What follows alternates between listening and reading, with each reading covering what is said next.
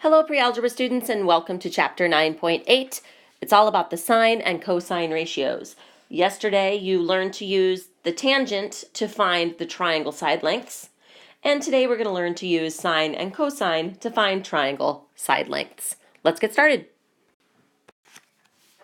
When we were working with tangents in lesson 9.7, we were comparing the side lengths of our right triangle.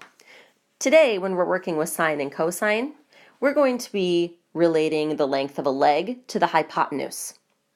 The sine of an acute angle of a right triangle is the ratio of the length of the side opposite the angle to the length of the hypotenuse.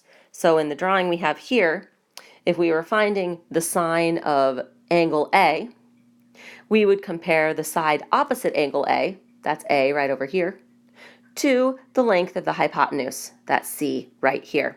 You can see the formula right here. The cosine compares the side adjacent to A to the hypotenuse.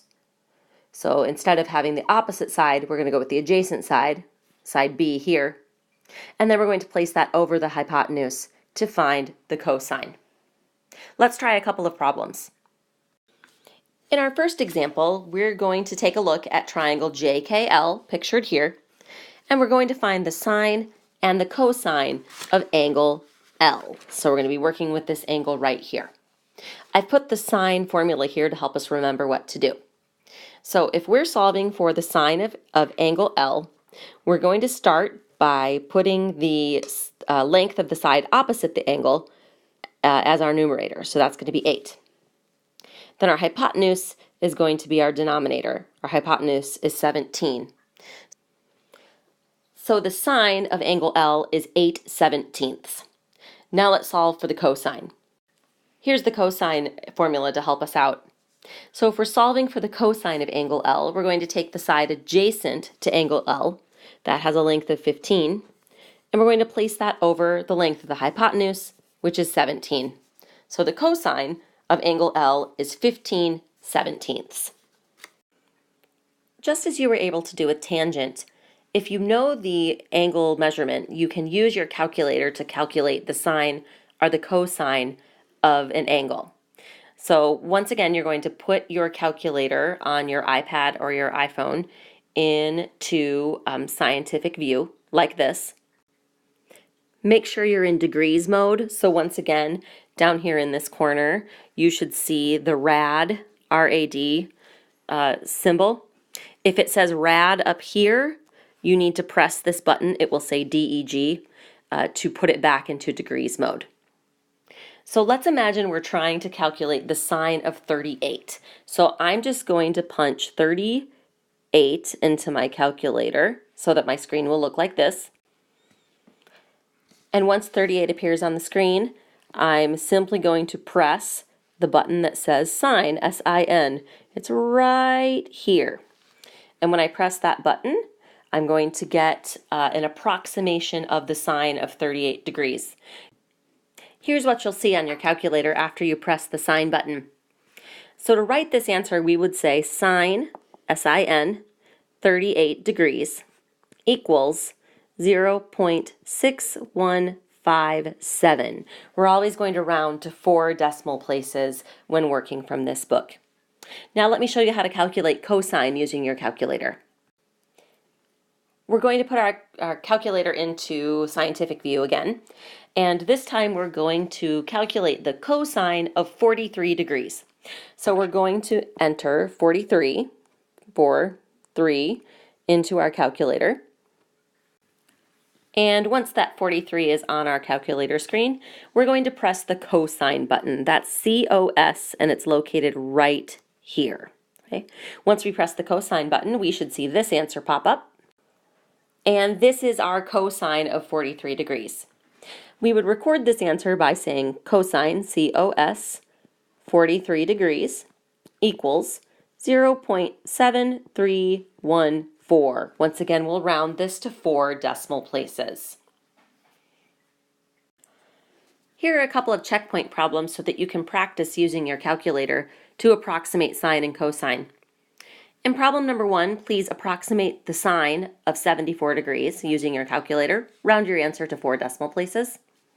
And in number 2, please approximate the cosine of 12 degrees. Once again, round to 4 places. Press pause while you work, and when you come back, we're going to look at using the cosine ratio. Let's use this example to work through using a cosine ratio. In triangle DEF that's shown, line DE is adjacent to angle D. Here's angle D. We're looking at line DE right here. You know the length of the hypotenuse. It's 16.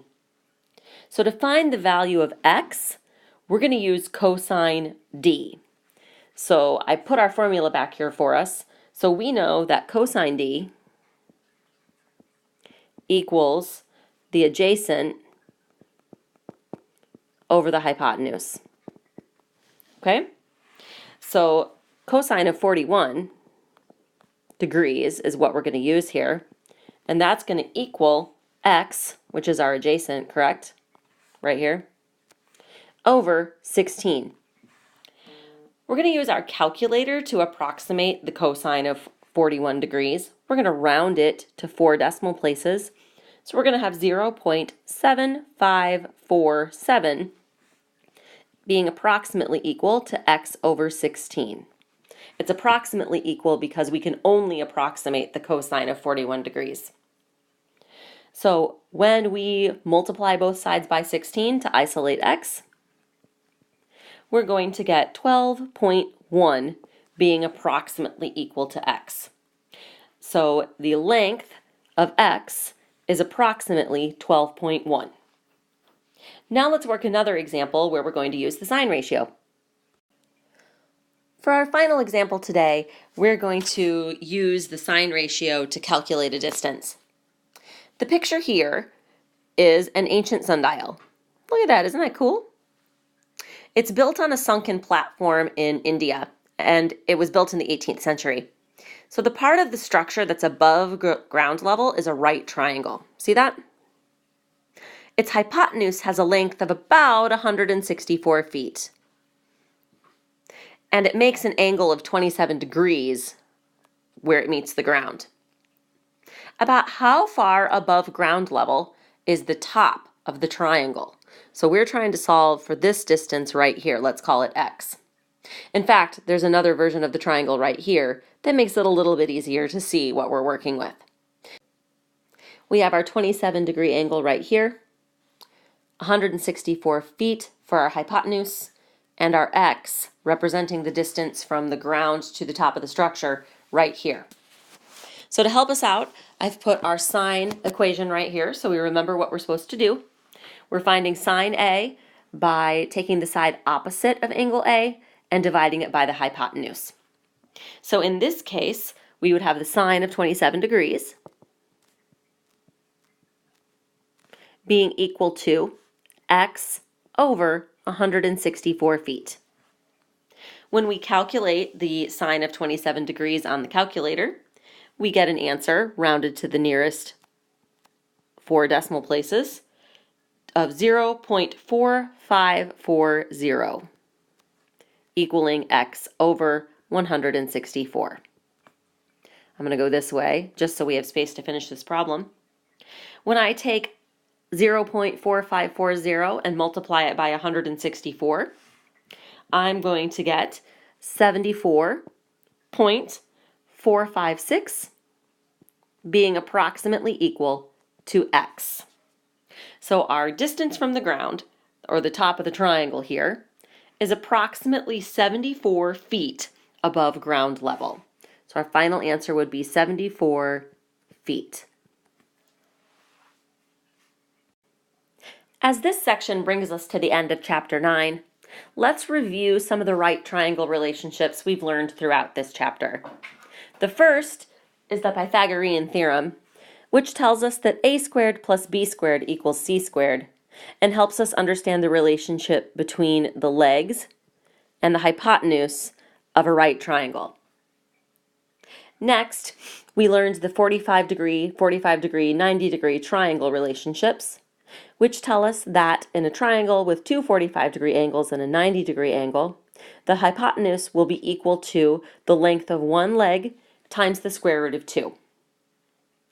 We also learned about the 30, 60, 90-degree triangle, which also has a unique set of relationships between its two legs and its hypotenuse. We know that the length of the hypotenuse will be twice the length of the shorter leg. So here's our shorter leg, A, and our hypotenuse is 2A. And then we remember that the length of the longer leg is the product of the length of the shorter leg times the square root of 3. Finally, in the last two sections, we've learned the trigonometric ratios for a right triangle. We know that the tangent of angle A, right here, will be equal to A, the opposite leg, over B, the adjacent leg.